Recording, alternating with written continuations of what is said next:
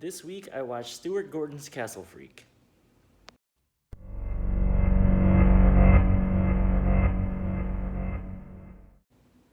Okay, so Castle Freak by Stuart Gordon was released direct to video in 1995. So overall, I did really like the movie.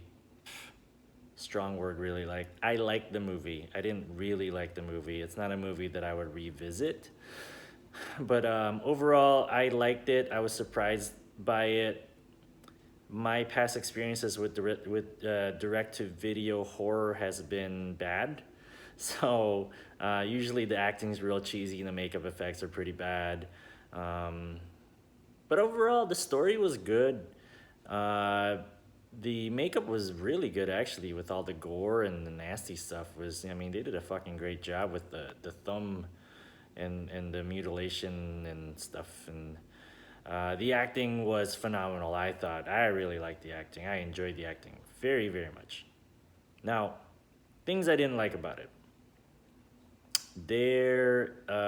One thing glaring to me was that Giorgio, the quote unquote castle freak, he's been tortured and malnourished and put in the jungle, or jungle dungeon for 40 some odd years, yet he comes out with super strength and he's manhandling things and people and whatever. That I did not get whatsoever. Um, Also, where did he shit? I think, people, whenever they go down in the basement, they just would smell shit because whatever. Neither here or there. The bloodlust by Georgia, I also did not understand because maybe I would understand it with the caretaker lady.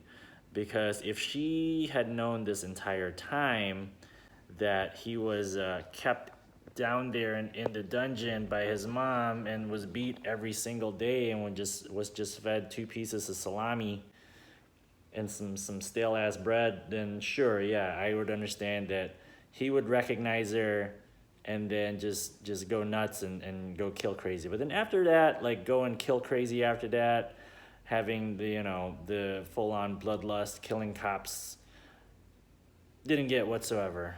Also, I thought Giorgio was the protagonist in this, to be honest with you. I didn't mention this in the podcast, but the more I thought about it, Giorgio was somebody who I sided with here. He was kept in that dungeon just because his mom had a shit fit because his dad left, and then so what? She goes, cuts off his dick, ties him up naked in a dungeon, feeds him 2 pieces of salami every day, and never sees the sun.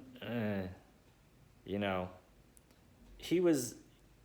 I sided with him the whole time. I thought he needed his revenge. I mean, I wouldn't go after, you know, the prostitute and the cops and the blind girl, who's essentially his niece, right? Because John is revealed to be his half brother.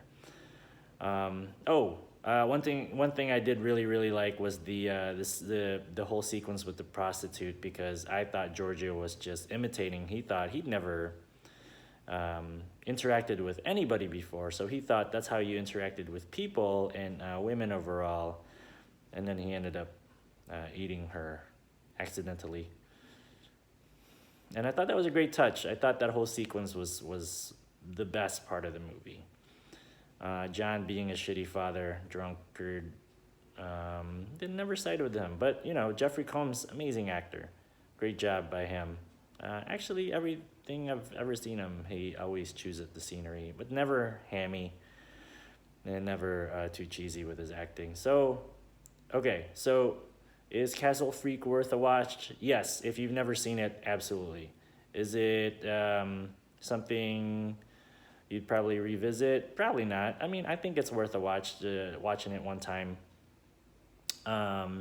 It's not super fun. I'd probably watch it with a group of friends just to see what they think, but otherwise it's not like a fun horror movie. It's not particularly funny, not a lot of tongue-in-cheek things going on with it. So overall, I don't have an actual rating system, but I'm giving it this thumbs up here. All right. See you all next week. Check out the podcast for a more in-depth review of Castle Freak. And tune in next week. See you Thursday. See you every Wednesday, or hear you. I'll talk to you every Wednesday on the podcast. Right now, the podcast is available on Spotify, Google Podcasts, Breaker, Pocket Casts. All right. Thanks, guys. See you next time.